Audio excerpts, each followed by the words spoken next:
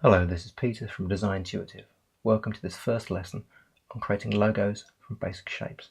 Just to get started, as you'll have seen in the posts that I've written, a lot of great logos are created simply using basic shapes, so circles, triangles, that kind of thing. So we're going to start here with a simple couple of circles. So I'm using Illustrator CC 2018 and I'm using the Essentials Classic workspace. So if you don't know what that means, chances are if you're using Illustrator for the first time, you'll be using the Essentials workspace. And that's fine, but it doesn't give you access to some of the things you're going to need. So change to Essentials Classic by just doing that.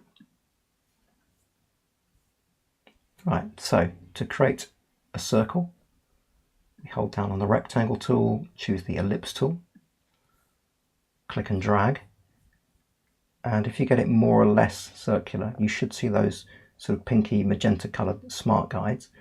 But whether or not you see those, hold down the shift key and that will make sure you get a perfect circle.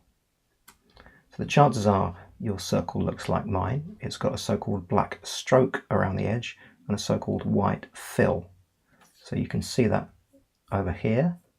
You can also see it over here.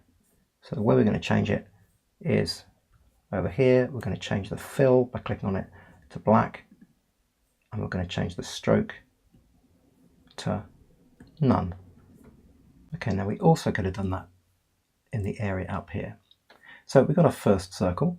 To get the second one, double click on the scale tool. You get a little dialog box here and you can choose to make the circle larger or smaller.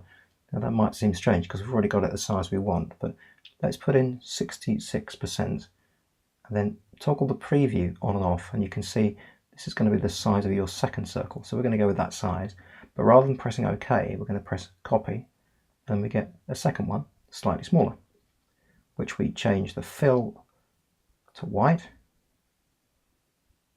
And then we do the same again. We double click on the scale tool. Let's go for 50% size this time. Press copy and change the fill color to black. So there you go. You could go back again, you could change the size of the original one, you could change the size of the scaling, but you're going to get more or less the same result. So that's our first example of creating a really good logo from really simple shapes, circles.